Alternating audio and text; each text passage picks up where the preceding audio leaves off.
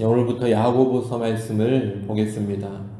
이 야고보서는 야고보가 쓴 편지인데 성경에 보면 예수님의 제자인 야고보도 있고 예수님의 육신의 동생인 야고보도 있습니다. 이 야고보서는 예수님의 육신의 동생인 야고보가 기록한 편지입니다.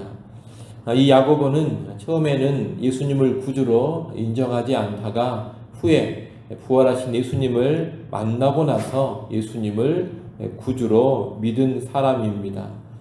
그는 베드로와 더불어서 예루살렘 교회의 핵심적인 지도자로 활동했는데 당시 예루살렘 교회 유대인들은 박해로 인하여서 상당수가 팔레스타인 땅 밖으로 흩어졌습니다. 예루살렘 교회의 지도자였던 야고보는 예루살렘 밖으로 흩어져 있는 유대 그리스도인들에게 격려하는 편지를 보냈는데 그것이 바로 우리가 보려고 하는 야고보서입니다.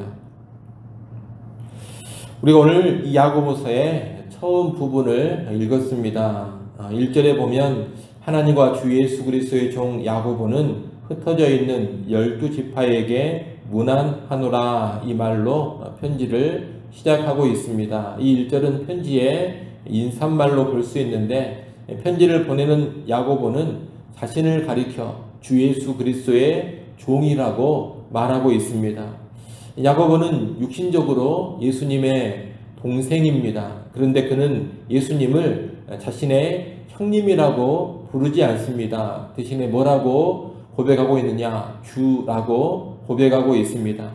자기를 가리킬 때에도 예수님의 친동생이다 이렇게 말하지 않습니다. 뭐라고 자기를 지칭하느냐? 하나님과 주 예수 그리스도의 종이라고 지칭을 합니다. 이것은 야고보가 예수님을 어떻게 이해하고 있는지를 잘 보여줍니다. 야고보에게 있어 예수님은 단순한 인간 예수, 자신의 형 예수가 아닙니다. 예수님은 신성을 지닌 분으로서 성부 하나님과 동등한 분이십니다. 야고보에게 있어 예수님은 가까운 가족 관계를 넘어서 성부 하나님과 동등한 경배를 받으실 신적 대상인 겁니다. 따라서 그는 당연히 자신을 하나님과 예수 그리스도의 종이라고 고백을 하고 있습니다. 여러분, 예수님에 대한 이러한 인식, 예수님은 하나님이십니다. 성부 하나님과 동등한 분이십니다. 이런 믿음이 참된 믿음의 한 요소입니다. 오늘 우리도 예수님에 대한 이 믿음을 굳건하게 가지고 있어야 하겠습니다. 오늘날 보면 예수님의 신성에 대한 믿음이 많이 공격을 받고 있고 또 교회를 다닌다고 하면서도 예수님의 신성은 부정하고 그저 인간 예수로만 바라보려고 하는 그런 모습들이 많이 있습니다. 하지만 그런 모습은 성경에서 결코 지지를 받을 수 없는 모습입니다. 기독교인이 가져야 될 믿음이 아닌 겁니다. 참된 믿음은 예수님을 반드시 성부 하나님과 동등한 성자 하나님으로 믿고 고백하는 믿음이라는 것을 꼭 기억하시고 예수님의 신성에 대한 이 분명한 믿음을 우리가 꼭 가지고 살아갈 수 있기를 바랍니다. 또 야고보는 편지를 받는 사람들은 뭐라고 부르고 있느냐? 흩어져 있는 12지파 이렇게 부르고 있습니다. 흩어져 있는 12지파라는 표현은 예수 믿는 그리스도인들을 새로운 이스라엘로 보고 있는 것이면서 동시에 이 그리스도인들을 광야에서 살아가는 흩어진 자들로 보고 있는 겁니다.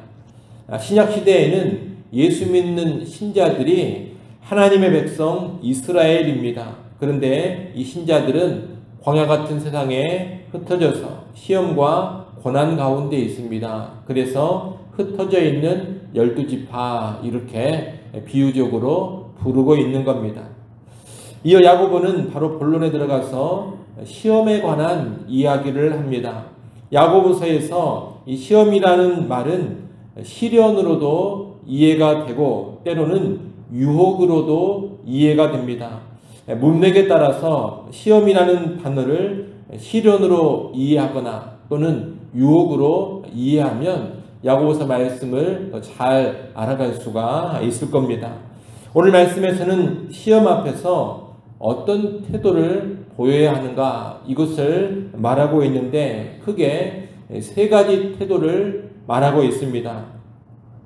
첫째는 시험 앞에서 기뻐해야 한다는 겁니다. 2절 말씀을 한번 보십시오.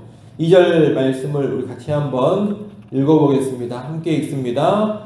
내 형제들아, 너희가 여러 가지 시험을 당하거든 온전히 기쁘게 여기라. 아멘. 여러 가지 시험을 만나거든 온전히 기쁘게 여기라. 이렇게 말하고 있습니다. 여기서 시험은 시련의 의미가 강한데 신앙생활을 하면서 힘들고 어려운 일, 핍박이나 박해, 고통스러운 일을 만난다면 온전히 기뻐하라는 겁니다. 이 온전히 기뻐하라라는 말을 헬라어 원문 그대로 번역을 하면 모든 기쁨으로 기뻐하라 이런 뜻입니다. 정말로 아주 크게 기뻐하라 이런 말씀입니다. 여러분 사실 이 시험이나 시련은 힘들고 고통스러운 일입니다. 그런데 왜 기뻐하라고 할까요? 당장은 쓰라린 아픔이지만 이 시험을 통하여 더욱 온전한 하나님의 사람으로 빚어져 가기 때문입니다. 불을 통과하지 않고서는 결코 순금이 될 수 없습니다. 불 가운데 들어갔다 나오고 망치로 두드려지지 않고서는 강철도 만들어지지가 않습니다. 우리의 믿음, 우리의 신앙 인격 역시 마찬가지입니다. 시험과 시련을 거쳐야지만 온전한 하나님의 사람이 되는 겁니다. 그래서 지금은 비록 시련 앞에서 정말로 아프고 고통스럽지만 그 결과로 이루어질 더욱 강해지고 온전해질 나의 영적인 모습을 바라보면서 기뻐하고 즐거워하는 겁니다. 여러분 혹시라도 시련 가운데 있습니까? 아픔과 고통 가운데 있습니까? 그 시련 자체에 매몰되지 마시고 시련을 통해 이루어 가실 하나님의 일 그리고 시련을 거쳐 온전해질 나의 영광스러운 모습을 바라보면서 기뻐하시기를 바랍니다. 둘째로 보여야 될 태도는 시험 앞에서 기도해야 한다는 겁니다. 방금 시험 앞에서 기뻐하라고 말씀을 드렸습니다. 시험의 유익을 바라보면서 기뻐하라는 겁니다. 하지만 이것이 말처럼 쉽지가 않습니다. 연약한 우리는 시험, 시련이 다가오면 그 앞에서 낙담하기가 쉽습니다. 때로는 하나님께서 대체 왜 이런 시련을, 이런 아픔을 주시는가 이해가 되지도 않습니다. 인간적인 생각과 불신, 원망에 사로잡힐 때도 많습니다. 연약한 인간이다 보니 그러는 겁니다. 그러다 보면 시험, 시련 앞에서 기뻐하기가 정말로 힘들어지는 겁니다. 그래서 우리에게는 무엇이 필요하냐? 기도가 필요합니다. 5절 말씀을 한번 보십시오. 5절 말씀도 같이 한번 읽어보겠습니다. 함께 읽습니다. 너희 중에 누구든지 지혜가 부족하거든 모든 사람에게 후해 주시고 꾸짖지 아니하시는 하나님께 구하라. 그리하면 주시리라. 아멘. 이 말씀은 간혹 공부 못하는 사람이 기도하면 머리가 좋아진다 이런 식으로 인용하기도 합니다만 그런 의미의 말씀은 아닙니다. 시험, 시련 가운데 막막하고 오리무중 가운데 있는 사람이 기도할 때 하나님께서 그 사람에게 신령한 지혜를 주신다는 뜻입니다. 이 지혜는 시련과 고난을 하나님의 관점으로 영원한 관점으로 바라보는 그런 능력을 말하는 겁니다. 기도하는 자에게 하나님이 그런 능력을 주신다는 겁니다. 하나님은 기도 가운데 이런 지혜를 주십니다. 좀 더 구체적으로 말하자면 하나님은 기도하는 가운데 내게 닥친 시련의 의미와 목적이 무엇인지 또 시련 가운데 신앙을 가진 내가 어떻게 서야 하는지 또 내가 어떤 소망을 품고 나아가야 하는지 이런 것들을 가르쳐 주시는 겁니다. 또 하나님은 기도 가운데 나의 생각과 나의 시야와 나의 마음을 새롭게 해주셔서 하나님이 원하는 바른 길로 나아갈 수 있도록 도와주십니다.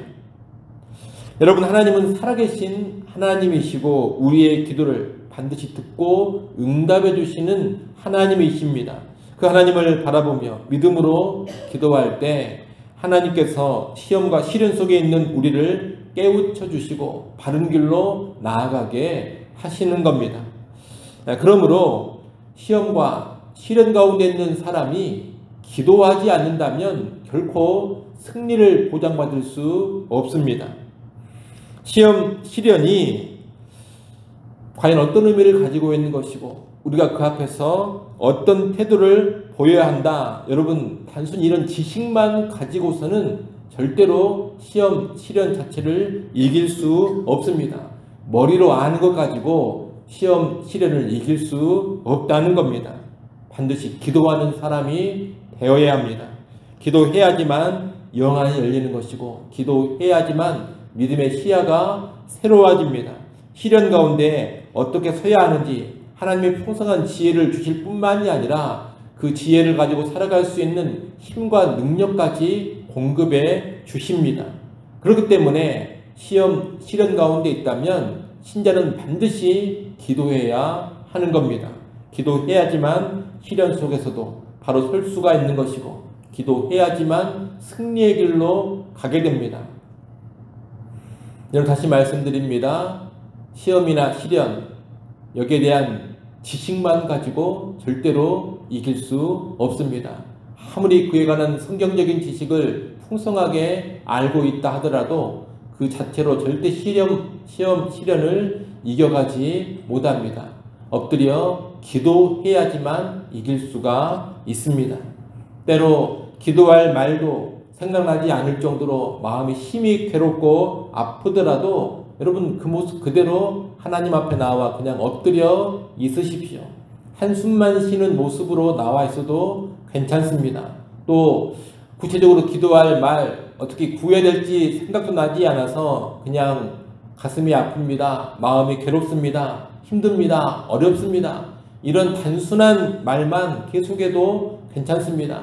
때로 말도 나오지 않아서 한숨과 탄식만 나와도 괜찮습니다. 그 모습을 하나님 앞에 나와서 엎드려 하라는 겁니다. 바로 그런 모습 자체가 기도가 되는 겁니다. 그 모습 자체가 기도가 되어서 하나님께서 새롭게 주시는 그런 은혜를 받아 누리게 될 겁니다. 그러니 시험과 시련 가운데 있다면 반드시 기도하는 사람들이 되어서 그 기도 가운데 하나님 주시는 신령한 지혜와 능력으로 그 시험, 시련을 넉넉히 이겨가는 우리 모두가 될 수 있기를 간절히 소원합니다. 마지막 세 번째로 시험 앞에서 세상의 모습에 연연하지 않아야 한다는 겁니다. 오늘 본문 9절, 10절에 보면 낮은 형제는 자기의 높음을 자랑하고 부한 자는 자기의 낮아짐을 자랑하라고 합니다. 9절에 있는 낮은 형제란 경제적으로 가난하고 사회적으로 낮은 위치에 속한 그리스도인입니다. 이들은 세상의 가치와 기준으로 볼 때는 자기 자신을 보잘것없는 사람으로 인식할 수 있고 낙심에 빠질 수가 있습니다. 하지만 영적으로 보자면 이들은 예수 그리스도 안에서 존귀한 사람들입니다. 하나님의 자녀요 왕같은 제사장들입니다. 그리스도 안에서 가지고 있는 이런 존귀함과 영광이 성도의 자랑거리입니다. 그러므로 가난한 자들은 세상적인 자기 모습과 상관없이 예수님 안에 그 영광과 높음을 자랑할 수 있어야 하는 겁니다.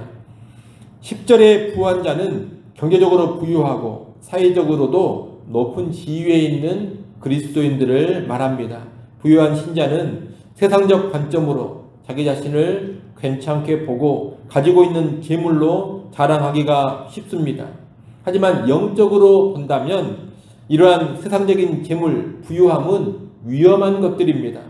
예수님 말씀처럼 부자는 천국에 들어가기가 쉽지 않습니다. 그러니 부유함을 자랑할 것이 아닙니다. 10절, 11절은 이 땅의 부와 화려함이 금방 시들어버릴 풀과 같고 꽃과 같다고 합니다. 영원하지가 않다는 겁니다. 결국에는 다 금방 사라져버릴 것들입니다. 그러므로 부와 재물을 의지하며 자랑하는 것은 지극히 어리석은 일입니다. 따라서 부한 자라 하더라도 그 가지고 있는 재물에 소망을 둘 것이 아니라 오히려 가난한 심령이 되어서 예수 그리스도를 더욱더 갈망해야 합니다. 재물 자체가 소망이 되지 못함을 알고 재물을 그리스도를 위해 사용하고 자기 자신을 겸손히 낮추어야 합니다. 부유한 자는 바로 이렇게 예수 안에서 낮아지는 삶을 자랑하며 나아가야 하는 겁니다. 결국 9절부터 11절까지 말씀은 가난하든 부하든 이 세상의 모습에 연연하지 말고 예수 안에 있는 나의 모습에 집중하면서 바로 그 모습을 자랑하며 살아가라, 이런 말씀입니다.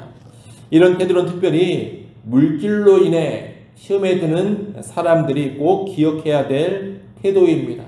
여러분, 돈, 물질이라는 것은 있어도 시험거리고 없어도 시험거리입니다. 돈이 없어서만 유혹을 받고 시련을 당하는 것이 결코 아닙니다. 때로는 돈이 많기 때문에 오히려 유혹을 받고 많은 돈 때문에 어려움, 시련을 겪기도 하는 겁니다. 꼭 돈이 아니라 하더라도 이 땅의 것들은 많든지 적든지 다 시험거리가 됩니다. 우리는 이것을 알고 영원하지 않은 그런 것들에 몰두할 것이 아니라, 또 그것들 때문에 낙담하거나 자랑할 것이 아니라 예수 안에 있는 나의 모습을 주목하고 바로 그 모습으로 인해 자랑하고 그 모습으로 자족하고 만족하고 감사하며 살아야 하는 겁니다.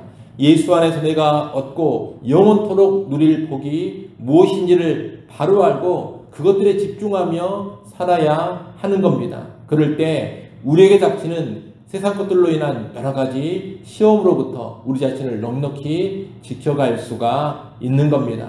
이를 아시고 이 세상의 형편과 상황, 이 땅의 것들에 많고 적음에 연연하지 마시고 예수 안에 있는 나의 그 영광스럽고 복된 모습에 주목하는 가운데 그것들로 감사하며 그것들로 자랑하는 우리 모두가 될 수 있기를 간절히 소원합니다. 기도합니다. 하나님 아버지, 시험 앞에서 기뻐하는 성도들 되게 하여 주옵소서. 또한 시험 앞에서 간절히 하나님 앞에 나와 엎드려 기도하는 성도들 되게 하여 주옵소서.